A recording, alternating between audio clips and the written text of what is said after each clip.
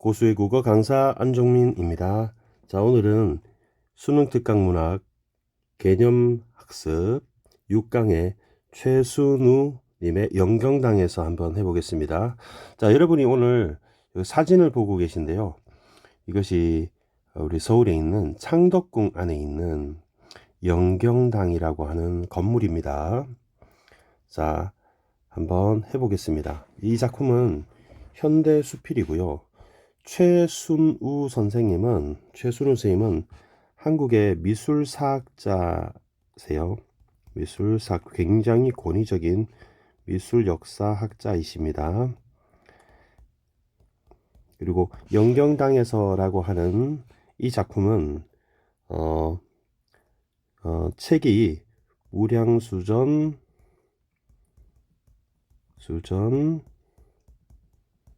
배흘림 기둥에 기대에 서서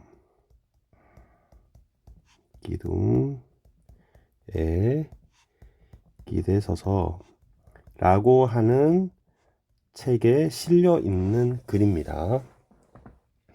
그리고 영경당이라고 하는 선생님이 아까 설명했듯이 이 건물은 여러분 서울에 있는 창덕궁 안에 있는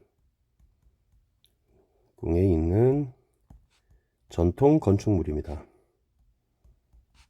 전통 건축물입니다. 1828년 순조 때 태종태세 문다세 예성 연중 임면성 광인 효현 숙경형 정순 이때 순조 때 건축을 했다고 알려져 있고요. 그 왕자님이 아버님의 연회를 위하여 지었다고 알려져 있는 건물입니다. 자, 이 여러분 건물 사진을 보이면서 한번 설명을 해 드리겠습니다. 영경당 넓은 대청에 걸터 앉아 세상을 바라보면 마치 연보랏빛. 자, 색채어 사용되었고요.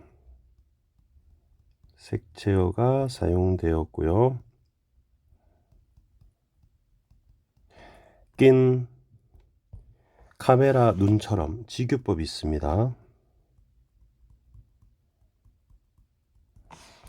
세월이 턱없이 아름다워 보인다. 자신의 이제 아름다운 인상을 얘기하고 있네요. 이렇게 담담하고 청초하게 때를 벗은 우리 것의 아름다움 앞에서, 그럼 여기서 말하는 우리 것의 아름다움은 영경당을 말하는 거죠. 영경당 마주서면 아주 정말 마음이 통하는 좋은 친구를 만났을 때처럼 지규법입니다. 그리고 이 좋은 친구가 영경당이죠. 세상이 저절로 즐거워지는 까닭인지도 모른다. 아마도 왕자의 금원 속에, 금원은 궁궐의 정원입니다.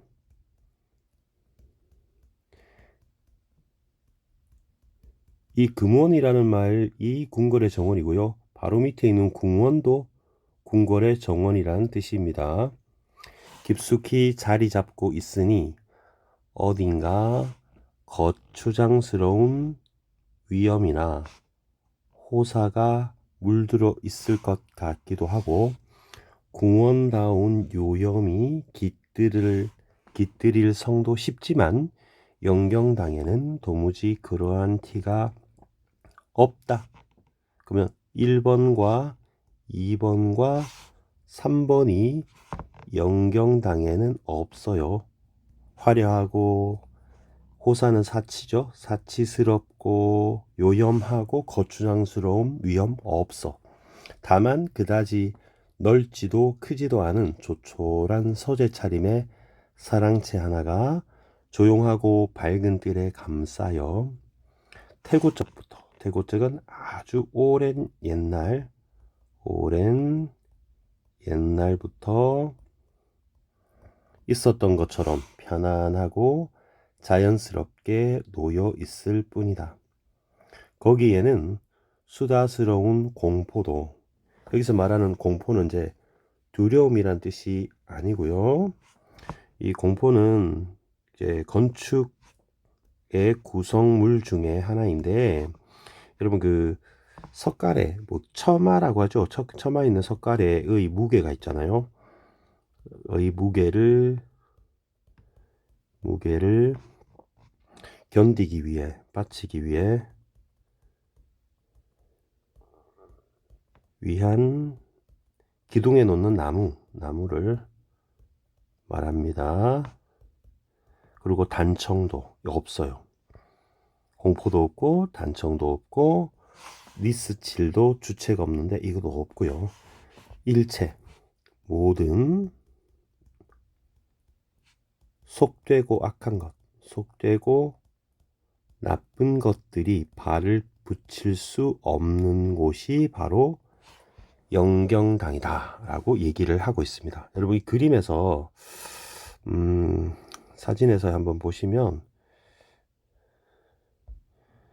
공포라고 그랬는데, 여러분 확대 한번 해보면요, 여기 이게 처마거든요. 이게 처마인데 이 처마를 떠받치려고 기둥에다가 이렇게 된 것을 공포라고 해요. 근데 지금 공포가 없죠, 그죠? 이게 없습니다. 이게 없습니다. 자, 다만 미끈한 굴돌이는 여러분 그 석가래를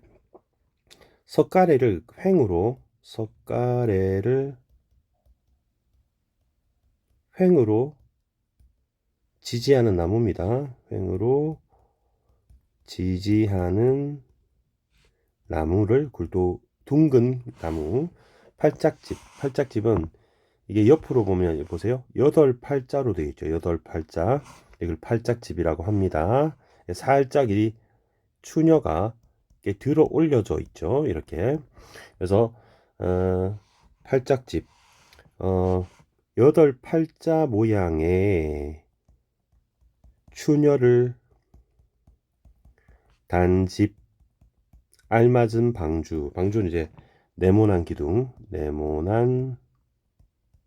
기둥이죠. 나무 기둥인데 여기 보시면 요 기둥이 지금 네모난 기둥이잖아요, 그죠? 그래서 이게 방주입니다. 방주. 자, 간결한 격자덧문. 여러분 격자덧문이 뭐냐면, 여러분 여기 한번 문을 보시고요, 이쪽에 문을 한번 보시면 이렇게 되어 있는 거예요. 어떻게 되어 있냐면, 이 그림을 한번 가져와 볼까요? 덧문이라고 되어 있는데, 여러분 여기 문 보시면 문이 지금 두 개잖아요. 지금 덧문이잖아요. 그래서 문이 하나 있고, 자, 문이 여기 보시면 문이 여기 하나 있고요, 그죠? 문이 하나 있고 여기도 또 문이 있죠. 그래서 덧문인데, 요게 지금 가로 세로 막 이렇게 돼 있는 거죠. 바둑판처럼. 이걸 격자문이라고 하는 거고요. 요거를 지금 용자문이라고 해요. 용자. 근데 이게 문을 이렇게 여는 거예요. 이렇게 왔다 갔다 하고 여는 거죠. 그래서 미닫이라고 지금 얘기한 겁니다. 그래서 지금 격자 덧문과 용자 미닫이를 쌤 그림으로 설명을 했습니다. 아시겠죠? 자, 요거를 설명을 했고, 그리고 이걸 지우겠습니다. 그리고 순후하게, 아주 부드럽게, 아주 인정이 뚝뚝해, 온순하게 이런 겁니다. 온순하게 다듬어진 화강석 대돌. 대돌 보여드릴게요. 대돌이 요게 대돌이에요, 여러분. 보니까 계단 같은 거죠, 그죠? 대돌 또는 섬돌 이렇게 얘기해요. 대돌들이 부드러운 감각을 조화되어서 건물 전체에 통일된 간결한 아름다움을 가누어 주고 있는 듯싶다. 자, 요거는 구성 요소들이 조화를 잘 이룬다는 얘기입니다. 구성 요소의 조화가 있고, 여러분 나열했으니까 열거법이 사용되었습니다. 열거법. 자, 정면 6칸, 측면 2칸에 큼직한 남향판 대청마루에 서보면 동쪽으로는 석주를 세운 높직한 마루방, 여기 이제 석주가 요거예요. 석주 돌기둥. 그다음에 서에는 널찍한 장판방, 여기가 장판방인데요. 장판을 깐 방입니다. 장판을 깐 방. 서재가 있어서 복도를 거치면 안채로 통하게 된다. 지금은 모두 빈 방이 되었지만 보료는 좀 방석이라고 생각하시면 돼요. 방석. 솜이나 동물 털을 넣어서 기운 방석, 의자 등등등. 그리고 문갑, 문서 넣는 것을 문갑, 연상, 벼루 놓는 것, 사방탁자.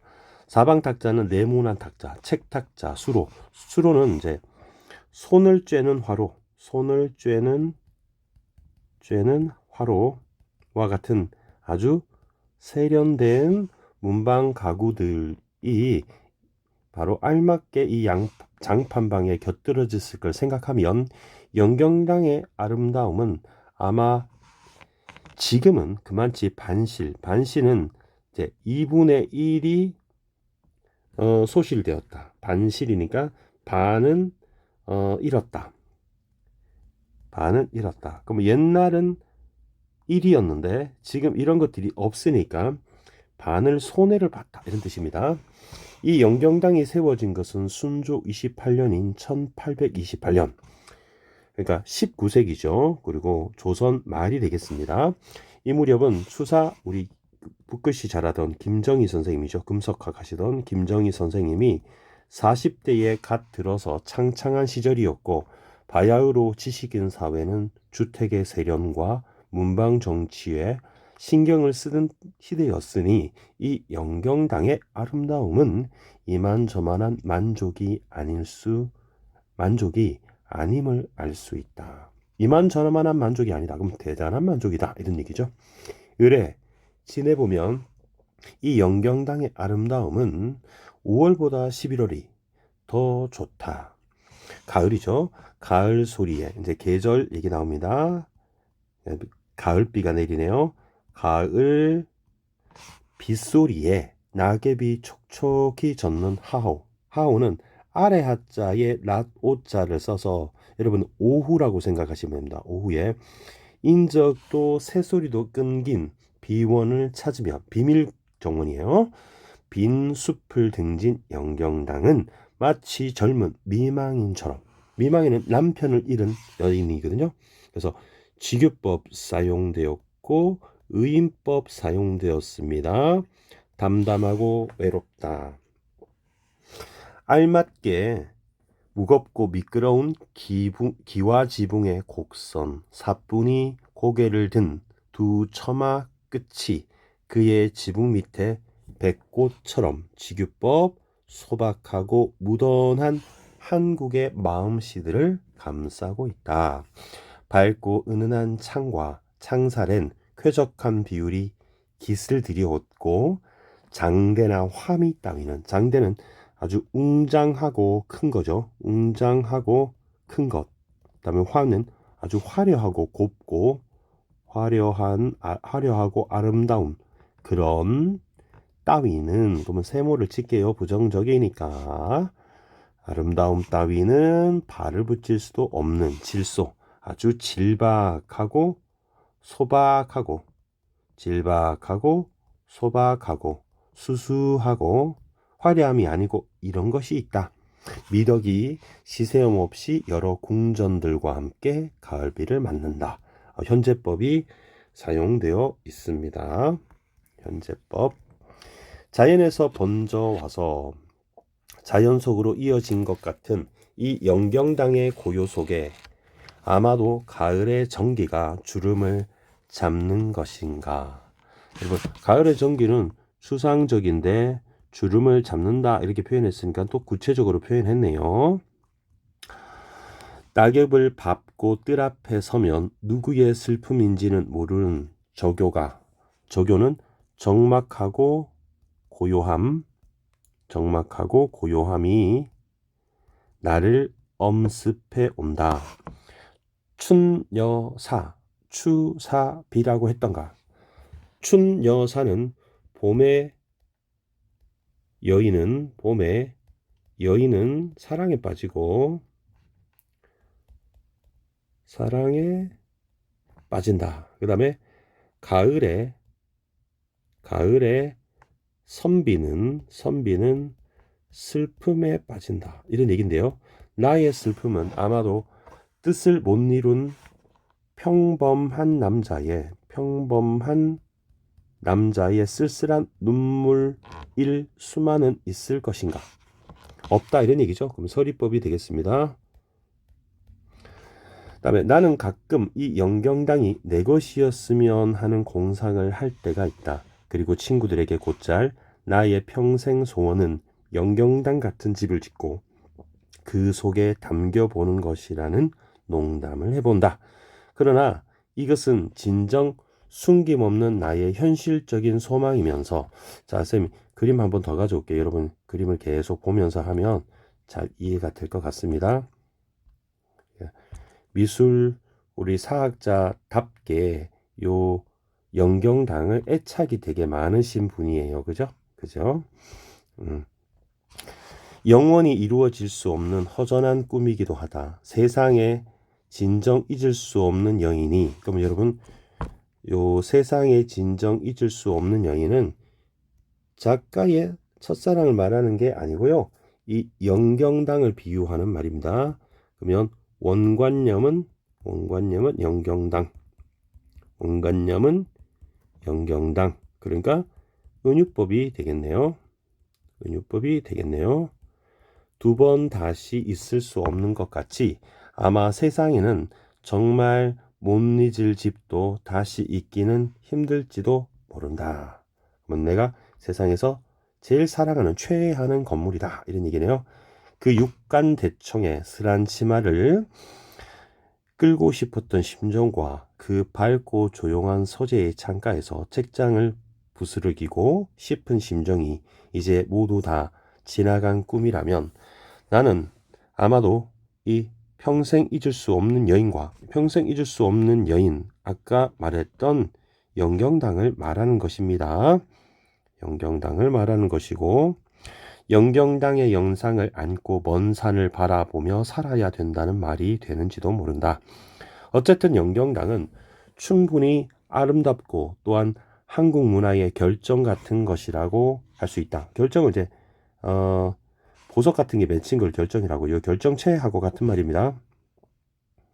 전부 다 이거는 영경당을 비유하는 단어가 됩니다.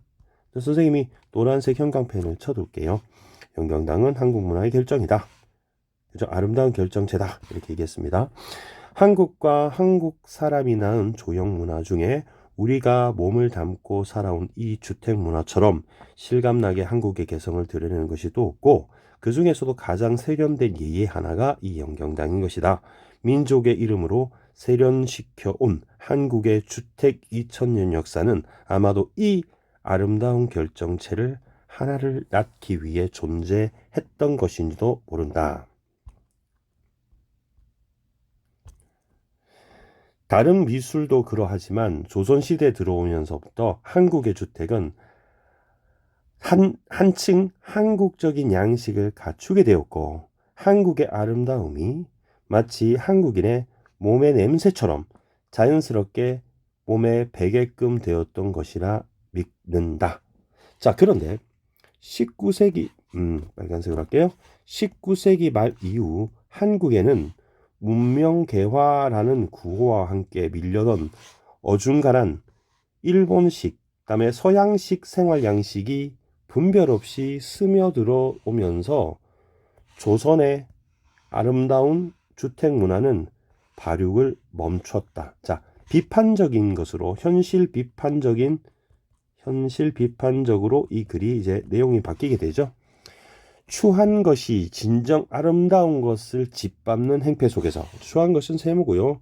아름다운 것, 우리 한국의 전통 문화를 짓밟는 그런 폭력적인 행동 속에서 얼마 남지 않은 우리 주택 건축사의 결정들은 지금 이 순간에도 아름다운 자취를 감춰가고 있다. 물론 세계 각 지역 간의 문화 교류가 활발해지고 있는 오늘날 현대 한국인의 생활에서 오로지 주택 문화만을 고격을 바로 옛날의 격식을 고수하자는 것은 무조건 아니다. 그렇지는 않아. 하지만 비판 없이 남의 것만을 새롭게 곱게 보려는 풍조는 우리 민족이처럼 틀이 잡힌 문화 전통을 가진 사회에서는 있을 수 없는 일이라고 생각한다. 영경당을 바라보면서 현실을 비판하고 있습니다. 우리의 일반 미술이나 문화가 당당히 관록을 보여주었듯이 우리의 조선 시대 주택은 우리 민족이 쌓은 생활 문화의 기념탑이라고 할 수 있는 것이다. 이것도 이제 따지고 보면 영경당 같은 우리 주택을 말하는 거예요. 그럼 주택을 기념탑이라고 비유한 거잖아요. 그죠? A는 B다. A는 B다 하고 은유법을 썼습니다. 그래서 함축적인 의미로 사용된다라고 여러분 이해하시면 되겠습니다. 그리고 이 조선주택은 아직도 우리의 생활에 가까울 뿐만 아니라 주택은 생활 친화적이다. 그리고 쌤이 생활 친화적을 쌤 1번 할게요. 그리고 아직 새롭고 또 앞으로도 새로울 수 있는 한국의 요소를 담뿍 지니고 있다. 이제 창조적인 아름다움이 있습니다. 이 고유한 한국 주택의 풍성한 아름다움은 우리 주택에 도입되어야 하고, 그다음에 뛰어난 재래주택들은 문화재로서 길이 보존되어야 마땅하다. 당위적으로 얘기하고 있습니다. 글의 주제기도 하죠. 그래서 사실은 주제를 여기서 한번 정리해 보면 우리 한국 영경당과 같은 어떤 한국의 아름다움, 문화적 가치를 말합니다. 그래서 영경당에서 느껴지는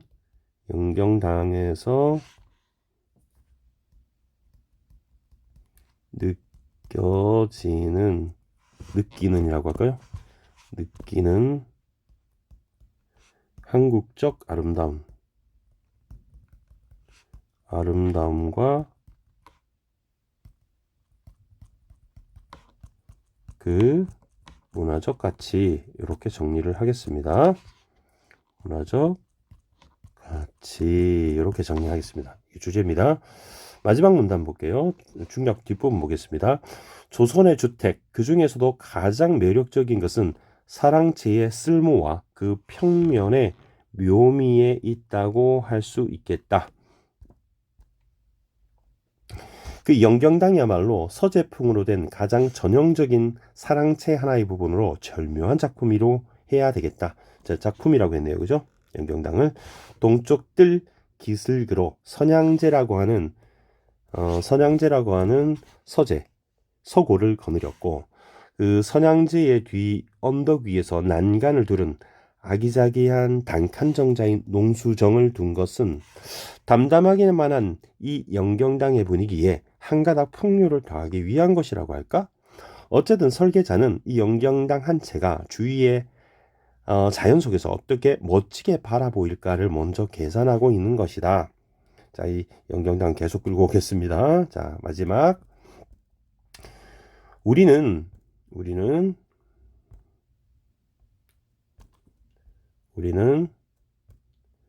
이 영경당을 설계하고 감력하는 공사를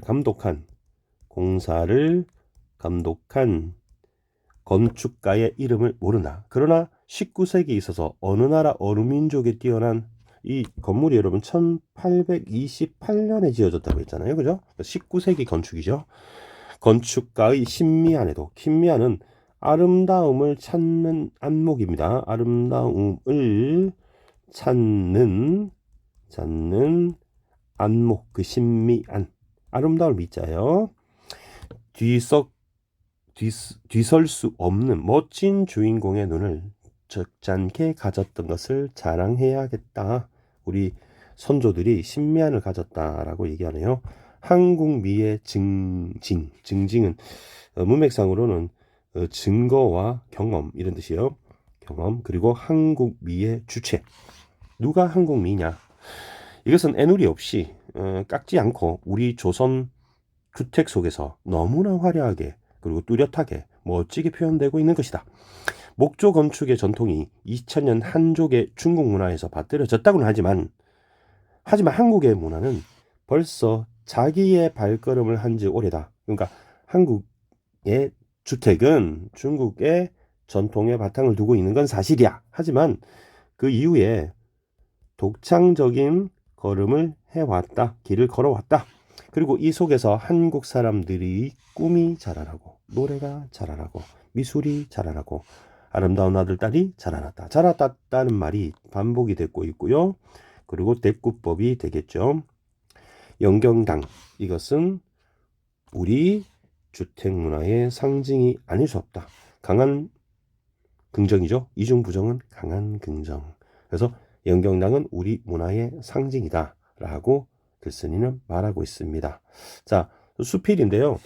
최순우가 워낙 유명한 수필가이면서 권위적인 미술 사학자이기 때문에 요즘은 극보다는 수필갈래가 아무래도 나온다면 나올 수 있고요. 학생들이 생각보다 수필을 좀 잘 못 읽어요. 그래서 선생님이 낱말 뜻도 그렇지만 미술과 또 미술이라는 예술갈래와 문학이 어떻게 연결되는지와 관련되는 그런 측면에서도 이 작품을 여러분 이해하면 될 것 같습니다. 자, 요것으로 이 강의를 마치겠습니다. 수고하셨습니다. 다음 시간에 만나겠습니다. 안녕.